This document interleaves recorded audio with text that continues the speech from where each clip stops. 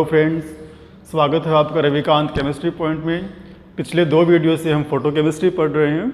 आज हमारा photo chemistry में तीसरा लेक्चर है, तीसरा वीडियो है। चूँकि आज का जो हमारा टॉपिक है वो जो बीएससी सेकेंड ईयर है ऑर्गेनिक केमिस्ट्री में जो यूवी एंड विजिबल स्पेक्ट्रोस्कोपी है, वहाँ भी ये टॉपिक है प्रकाश का अवशोषण, यानी बीयर-लैम्बर्ट लॉ। बीयर-लैम्बर्ट लॉ का हम अध्ययन, यानी प्रकाश का अवशोषण का अध्ययन हम फोटो केमिस्ट्री में भी करेंगे, फोटो केमिस्ट्री के अंदर भी करते हैं, और साथ में जो हमारी यूवी एंड विजिबल स्पेक्ट्रोस्कोपी है उसमें भी प्रकाश का अवशोषण का हम अध्ययन करते हैं। बीयर-लैम्बर्ट नियम का अध्ययन वहाँ भी हम करते हैं। तो आज का जो हमारा लेक्चर है वो सेकेंड ईयर और थर्ड ईयर दोनों क्लासों के लिए है। सेकेंड ईयर की ऑर्गेनिक केमिस्ट्री में यूवी एंड विजिबल स्पेक्ट्रोस्कोपी के लिए, और फोटो केमिस्ट्री और फाइनल ईयर के लिए फोटो केमिस्ट्री के अंदर प्रकाश का अवशोषण, अब्जॉर्प्शन ऑफ लाइट। ये हमारे पास कोई समांगी पदार्थ है, समांगी माध्यम है, समांगी माध्यम। यहाँ पे ये एक वर्णी प्रकाश का सोर्स है, स्रोत है, मोनोक्रोमेट लाइट। मोनोक्रोमेट लाइट यानी एक वर्णी प्रकाश, यानी उसकी जो लैम्डा है वो क्या है, लैम्डा भी निश्चित है, तरंगदैर्घ्य क्या होती है, निश्चित होती है, और जो उसकी इंटेंसिटी है, प्रकाश की तीव्रता, वो भी क्या होगी, निश्चित होगी। आई नोट यानी आपतित प्रकाश की तीव्रता।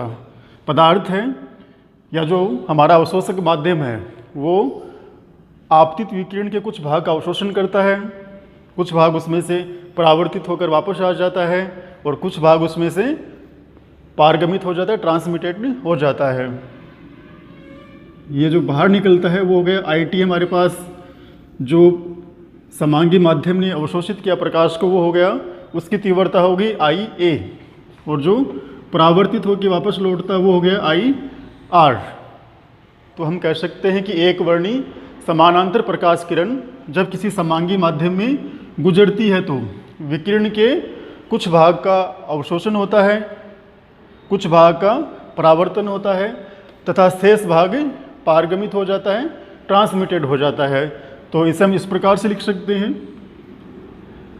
आई नोट बराबर I R I A plus I T. यानी आई नोट तो हो गया हमारे पास आपतित विकिरण की तीव्रता, आई आर हो गया हमारे पास परावर्तित विकिरण की तीव्रता, आई ए है अवशोषित विकिरण की तीव्रता, और आई टी है पारगमित या ट्रांसमिटेड विकिरण की तीव्रता। लिख सकते हैं हम यहाँ पे आई नोट बराबर हुआ आपतित विकिरण की तीव्रता। ठीक है, आई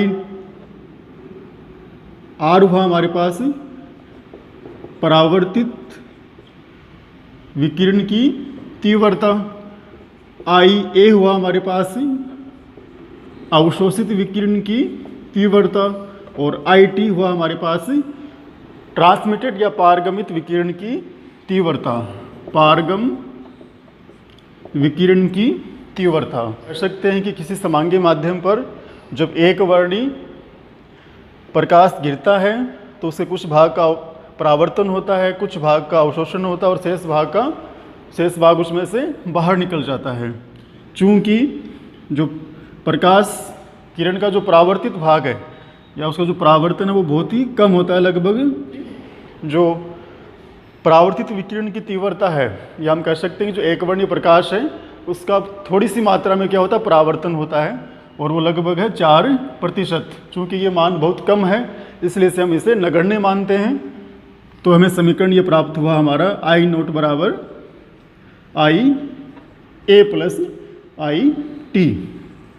यानी जो एक वर्णी हमारी आपतित विकिरण है उसका क्या होगा, समांगी माध्यम द्वारा कुछ भाग उसका अवशोषित होगा और शेष भाग उसमें से क्या होगा, पारगमित होगा।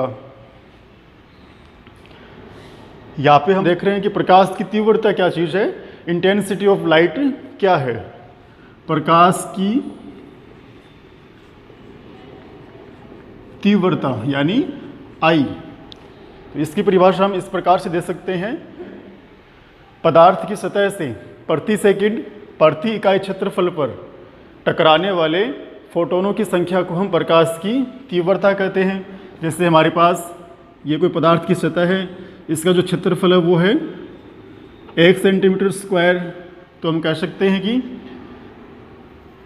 पदार्थ की सतह पर प्रति सेकंड प्रति इकाई क्षेत्रफल, और यहाँ पे हमारा इकाई क्षेत्रफल है सेंटीमीटर स्क्वायर। पदार्थ की सतह पर प्रति सेकंड प्रति इकाई क्षेत्रफल पर टकराने वाले फोटोनों की संख्या को हम कहते हैं प्रकाश की तीव्रता। यानी इस जगह पे 1 सेकंड में कितने फोटोन टकराते हैं आके, 1 सेकंड में कितने फोटोन यहाँ पे आके टकराएंगे, वही प्रकाश की क्या है, तीव्रता है। जैसे हम इसका उदाहरण लें, हमारे जो आपतित विकिरण है उसमें माना हमने जैसे हमारे पास 40 फोटोन हैं, ठीक है। ये फोटोन टकराते हैं इस समांगी माध्यम से, 1-2 फोटोन परावर्तित होकर बाहर निकल जाता है, उसे हम नगण्य मानते हैं। 10 फोटोन्स का इसने अवशोषण कर लिया समांगी माध्यम ने, और जो बाकी के फोटोन्स हैं 30 फोटोन, वो इसमें से क्या निकल गए, बाहर निकल गए। तो हम कह सकते हैं जो हमारा जो आपतित विकिरण है उसकी प्रकाश की तीव्रता अधिक है, क्योंकि वहाँ पे प्रति सेकंड में 40 फोटोन टकराते हैं किसी माध्यम से। जैसे ही वो प्रकाश की किरण किसी माध्यम में से गुजरती है, प्रकाश के कुछ भाग का अवशोषण होता है पदार्थ के द्वारा, और जो शेष भाग वो उसमें से बाहर निकलता है। 40 फोटोन थे, 10 फोटोन का अवशोषण हो गया, तो इसमें से 30 फोटोन क्या निकल गए, बाहर निकल गए। तो जो पारगमित हमारी विकिरण है उसकी तीव्रता जो आपतित विकिरण उससे क्या हुई, कम हुई। किसी अवशोषी माध्यम में प्रकाश की तीव्रता में कमी निम्न पर निर्भर करती है। कौन कौन से हैं, एक तो है आपतित विकिरण की प्रकृति, ठीक है। दूसरा है माध्यम की प्रकृति, तीसरा है माध्यम की मोटाई, और चौथा है प्रकाश की तीव्रता, इंटेंसिटी ऑफ लाइट। तो 4 ऐसे कारक हैं जो प्रकाश की तीव्रता में जो कमी होती है उसको प्रभावित करते हैं, उसके वो रीजन है। पहला कारण हुआ विकिरण की प्रकृति, दूसरा कारण हुआ माध्यम की प्रकृति, तीसरा रीजन हुआ माध्यम की मोटाई या प्रकाश द्वारा तय की गई दूरी, प्रकाश द्वारा तय की गई दूरी। चौथा कारक हुआ प्रकाश की तीव्रता, इंटेंसिटी ऑफ लाइट यानी आई। ये 4 ऐसे कारक हैं जो प्रकाश की तीव्रता में, ये 4 ऐसे कारक हैं जिसकी वजह से प्रकाश की तीव्रता में क्या होती है, कमी होती है। जो किसी माध्यम से टकराती है उस विकिरण की प्रकृति कैसी है, माध्यम का नेचर कैसा है, माध्यम की प्रकृति कैसी है, यहाँ से लेके यहाँ तक माध्यम की मोटाई कितनी है, या फिर हम कह सकते हैं माध्यम की सांद्रता कितनी है। अभी हम देखेंगे जो प्रकाश का जो अवशोषण है उसका अध्ययन, प्रकाश का अवशोषण माध्यम द्वारा किस प्रकार से होता है और कितने प्रकाश का अवशोषण होता है और कितना भाग उसमें से बाहर निकलता है। प्रकाश का जो अवशोषण है उसका अध्ययन लैम्बर्ट तथा बियर नामक वैज्ञानिक ने किया। तो सबसे पहले 1760 में लैम्बर्ट ने प्रकाश का जो अवशोषण उस पर एक नियम दिया जिसे हम लैम्बर्ट नियम कहते हैं। इसके अनुसार एक वर्णी समानांतर प्रकाश किरण समांगी पारदर्शी अवशोषण करने वाले माध्यम में से गुजरती है, तो अवशोषी माध्यम में प्रकाश पथ की लंबाई के साथ, तो अवशोषी माध्यम में प्रकाश पथ की लंबाई के साथ प्रकाश की तीव्रता में जो कमी होती है, प्रकाश की दर में जो कमी होती है वो आपतित विकिरण की तीव्रता के समानुपाती होती है। इसी को हम लैम्बर्ट नियम कहते हैं। यानी इस आरेख को देखिए हम, जब एक वर्णी समानांतर प्रकाश किरण किसी समांगी पारदर्शी अवशोषी माध्यम में से गुजरती है तो अवशोषी माध्यम में प्रकाश पथ की लंबाई के साथ प्रकाश की तीव्रता में कमी की दर आपतित विकिरण की तीव्रता के समानुपाती होती है। इसी को हम कहते हैं लैम्बर्ट नियम। लैम्बर्ट नियम समांगी पदार्थ की मोटाई और प्रकाश के अवशोषण में संबंध बताता है। लैम्बर्ट नियम का गणितीय रूप इस प्रकार से होगा। लैम्बर्ट नियम, यहाँ पे हम इस बोर्ड को दो पार्ट्स में डिवाइड कर लेंगे ताकि हमारी जो डेरिवेशन है वो आपको समझने में आसानी हो। परिभाषा में हमने ये देखा कि -di/dx समानुपाती है I के। परिभाषा एक बार दोबारा देखिए हम। इसके अनुसार जब एक वर्णी प्रकाश की समानांतर किरण किसी समांगी पारदर्शी अवशोषित करने वाले माध्यम में से गुजरती है तो अवशोषी माध्यम में प्रकाश पथ की लंबाई के साथ प्रकाश तीव्रता में कमी की दर वो आपतित विकिरण की तीव्रता के समानुपाती होती है। तो यहाँ पे तो I तो क्या है, यहाँ पे I है आपतित विकिरण की तीव्रता। जो बाईं तरफ है माइनस का चिन्ह, नेगेटिव ऋणात्मक चिन्ह, उसका मतलब क्या है? इसका मतलब है अक्ष के साथ जैसे जैसे अक्ष बढ़ता है I के मान में कमी होती है। तो ये जो समानुपात है इसे हम बराबर करेंगे तो -di/dx बराबर मिला हमें KI। यहाँ पे जो K है वो एक है अवशोषण गुणांक या समानुपातिक स्थिरांक। K बराबर हो गया समानुपातिक स्थिरांक या फिर अवशोषण गुणांक। अवशोषण गुणांक यहाँ I लैम्ब्डा तरंगदैर्ध्य वाली एक वर्णी प्रकाश किरण पुंज की तीव्रता है। यहाँ पे I क्या है? लैम्ब्डा तरंगदैर्ध्य यानी निश्चित तरंगदैर्ध्य वाली प्रकाश किरण की तीव्रता है। तथा di प्रकाश की तीव्रता में होने वाला अनंत सूक्ष्म परिवर्तन है, जबकि प्रकाश ने किसी माध्यम में अनंत सूक्ष्म dx दूरी तय की हो। तो di/dx बराबर KI। जो समान राशि है, समान वैल्यू है, उसको हम एक तरफ कर लेंगे, I आ जाएगा बाईं तरफ, dx को हम ले जाएंगे दाईं तरफ। तो हमें मिला -di/I बराबर KdX। अब ये जो ऋणात्मक चिन्ह है इसे हम बाएं से दाईं तरफ भी लिख सकते हैं। तब हमारा फॉर्मूला हुआ di/I बराबर -KX। अभी हम इसका करते हैं समाकलन। ये जो समीकरण है, समीकरण हमारा हुआ ये 1 और ये 2। समीकरण 2 का समाकलन करने पर, समीकरण 2 का समाकलन करने पर यहाँ देखते हैं हम समाकलन हम कहाँ से कहाँ तक करेंगे। यदि जैसे ये हमारा आरेख है, ये हो गई आपतित विकिरण की तीव्रता, ये हो गया अवशोषित भाग विकिरण का, और ये हो गया इसमें से पारगमित भाग। ये यहाँ पे जो हमारा अवशोषी माध्यम है उसकी मोटाई है। यहाँ पे इसकी मोटाई हमने x ली है। यहाँ पे x का मान 0 है और यहाँ पे x का मान क्या है? x है। तो समाकलन करेंगे हम जब x बराबर 0 हो तो I बराबर क्या होगा? I बराबर होगा I0, यानी इस वैल्यू पे जो I का मान वो होगा I0 के बराबर। जब तथा x बराबर x हो तो I बराबर होगा IT के। समाकलन करते हम, ये I बराबर हुआ I0, कहाँ तक करेंगे हम? I बराबर IT तक। 1/I di बराबर -KI x बराबर 0 से x बराबर x तक डी अक्ष। पहले हम जो हमारा बायां पक्ष है उसका समाकलन करते हैं। चूंकि पता हमें 1/x dx बराबर होता है प्राकृतिक log अक्ष, वही हम ये मान रखेंगे यहाँ पे। इसी प्रकार हम इसका समाकलन करेंगे ln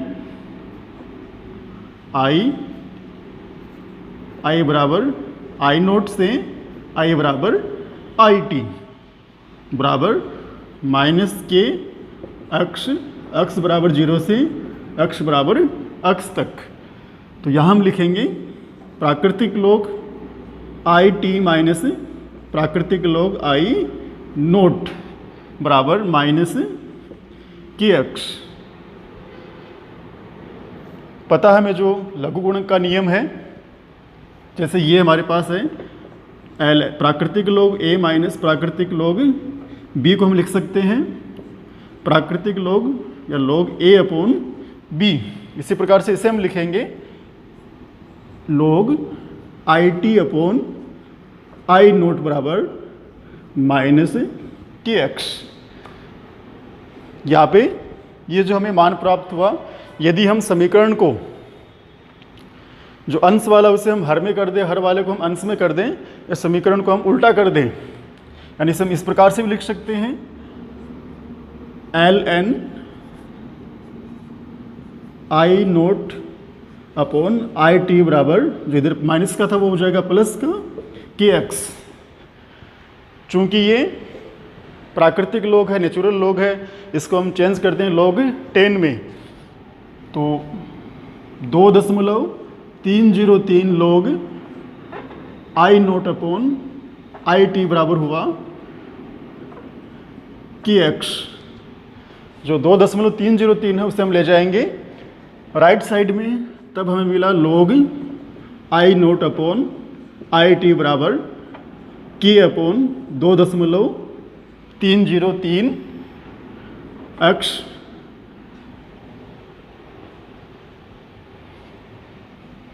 इसे हम यहाँ अक्ष बड़ा अक्ष लिखा हमने यहाँ पे। चूंकि ये जो वैल्यू है के अपॉन 2.303 बराबर होगा के डैश यानी विलोपन गुणांक, इसे हम कहते हैं विलोपन गुणांक। इसे हम यहाँ लिखेंगे तो हमें मिला log I naught upon I T बराबर के डैश एक्स। चूंकि हमें पता है log I naught upon I T बराबर होता है ए यानी अवशोषणांक।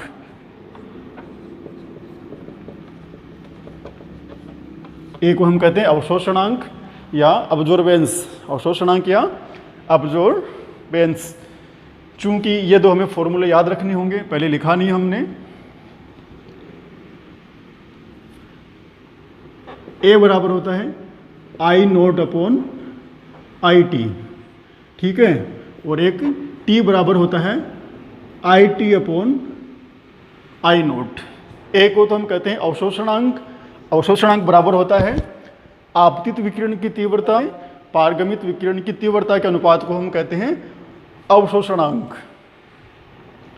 टी यानी होता है ट्रांसमिटेज या पारगम्यता, बराबर होता है I T upon I note, यानी पारगमित विकिरण की तीव्रता अपॉन आपतित विकिरण की तीव्रता को हम कहते हैं पारगम्यता। और तो ये हमारे पास दो राशियां जिसको हमें याद रखना है, ए और टी।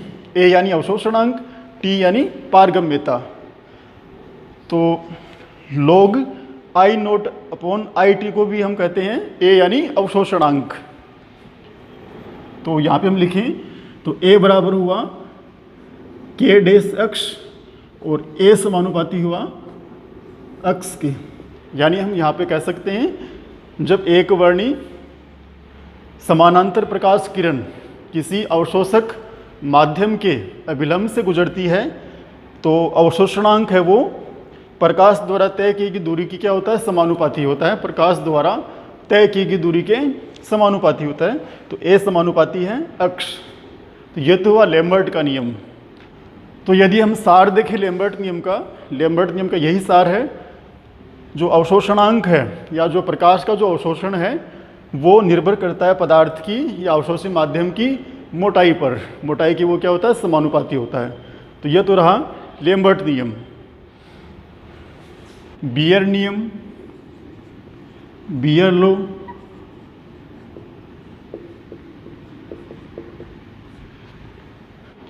यौगिक की सांद्रता का प्रकाश के अवशोषण पे पड़ने वाले प्रभाव का अध्ययन हम करते हैं बियर नियम के अंदर।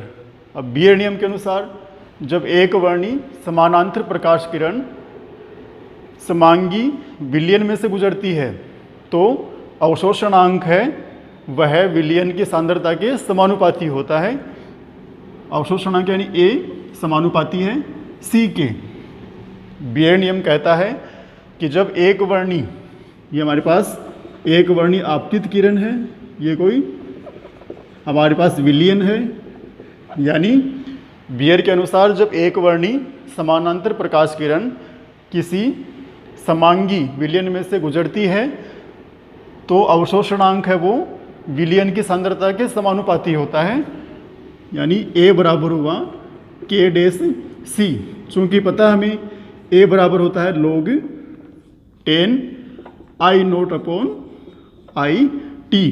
तो यहाँ पे हम लिखेंगे log I naught upon I T बराबर हमें मिला के डैश सी। यही बियर का नियम है।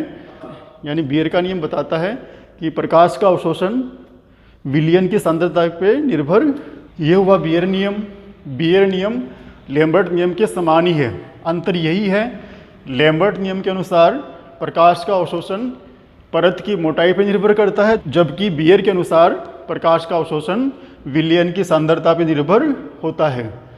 तो यहाँ पे हमें याद रखना होगा, लैम्बर्ट नियम बताता है पदार्थ की मोटाई और प्रकाश के अवशोषण में संबंध, जबकि जो बियर का नियम बताता है विलयन की सांद्रता और प्रकाश के अवशोषण में संबंध। तीसरा नियम हम पढ़ेंगे दोनों नियमों को मिला के साथ हम, जिसे हम कहते हैं बियर लैम्बर्ट नियम। कभी कभी इसे हम कहते हैं सिर्फ बियर नियम, क्योंकि यह नियम बियर लैम्बर्ट नियम का संयुक्त रूप है। इस नियम के अनुसार आपतित प्रकाश का अवशोषित भाग प्रकाश द्वारा तय किए गए पथ में उपस्थित अणुओं की संख्या के समानुपाती होता है। यदि हमारे पास माध्यम विलयन हो तो प्रकाश पथ में उपस्थित अणुओं की संख्या विलयन की सांद्रता यानी ग्राम मोल प्रति लीटर तथा प्रकाश द्वारा तय की गई दूरी के समानुपाती होता है। बियर लैम्बर्ट नियम का गणितीय रूप इस प्रकार से है, Beer Lambert minus D I upon D X समानुपाती है विलयन की सांद्रता और आपतित विकिरण की तीव्रता के। इसे हम बराबर करेंगे, समानुपात को हम बराबर करेंगे तो minus D I upon D x बराबर हो गया, यहाँ पे हमने लिया अपसाइलन सी आई। यहाँ पे अपसाइलन हो गया एक अवशोषण गुणांक मान राशि, यानी आई को हम बाईं तरफ लेके आएंगे और डी एक्स को हम ले जाएंगे दाईं तरफ। तो डी आई अपॉन आई बराबर हमें मिला अपसाइलन सी डी एक्स। यहाँ पे नेगेटिव चिन्ह जो पहले बाईं तरफ था वो हमने ले लिया है दाईं तरफ। समाकलन करने पर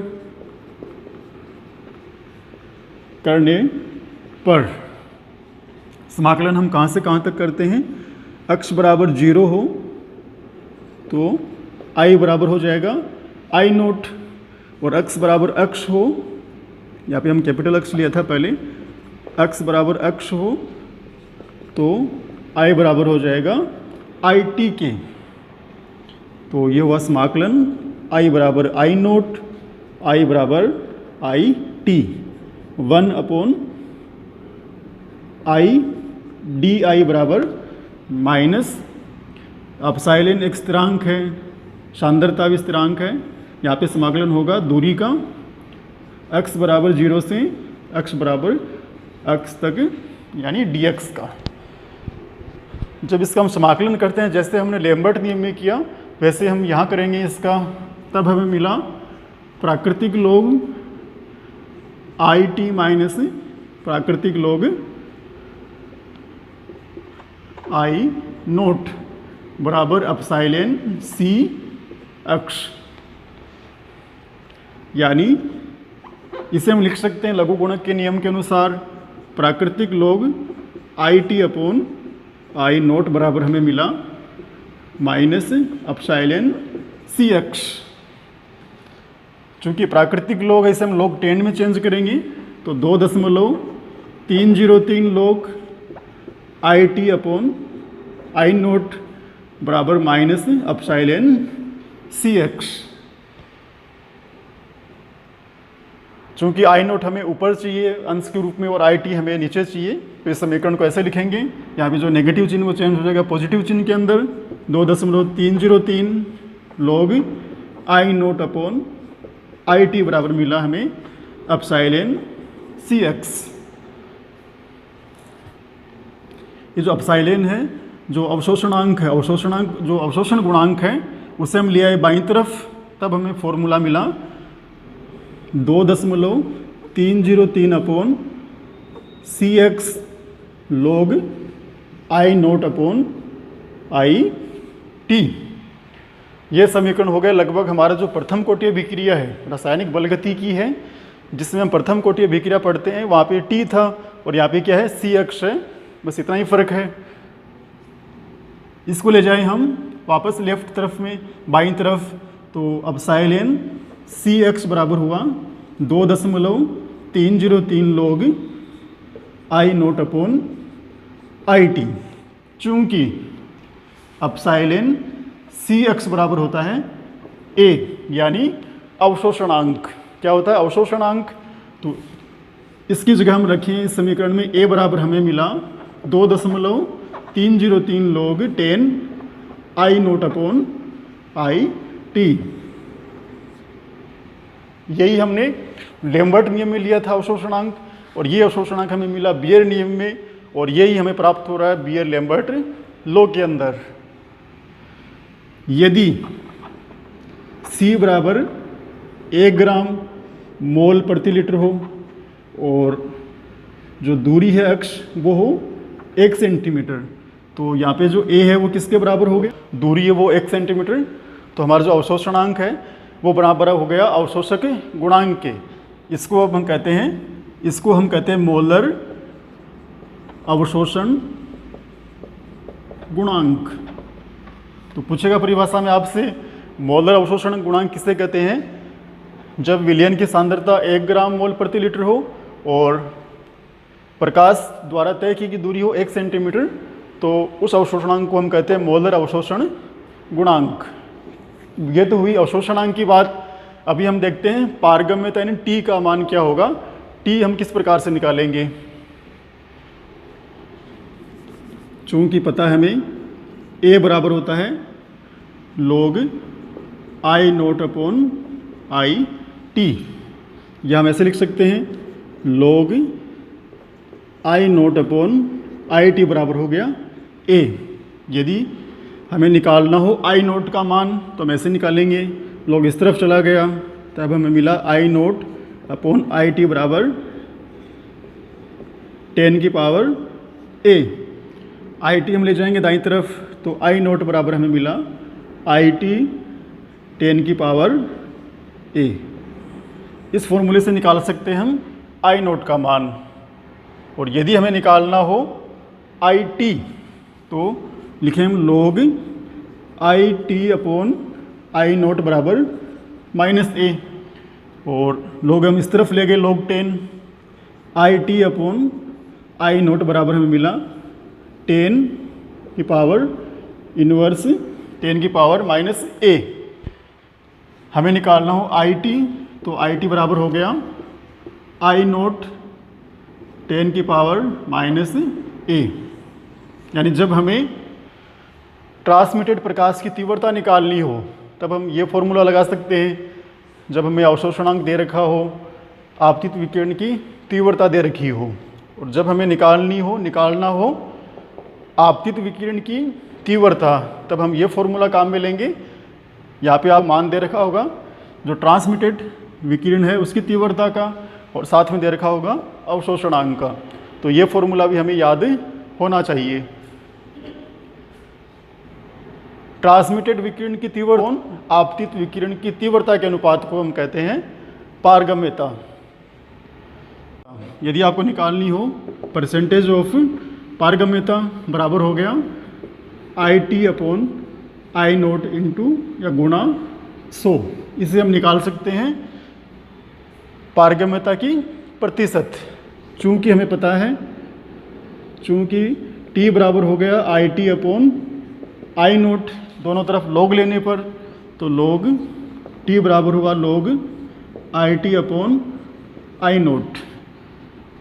उल्टा करने पर log T बराबर माइनस log I0/IT। चूँकि ये बराबर होता है अवशोषणांक के, तो log T बराबर हुआ -A।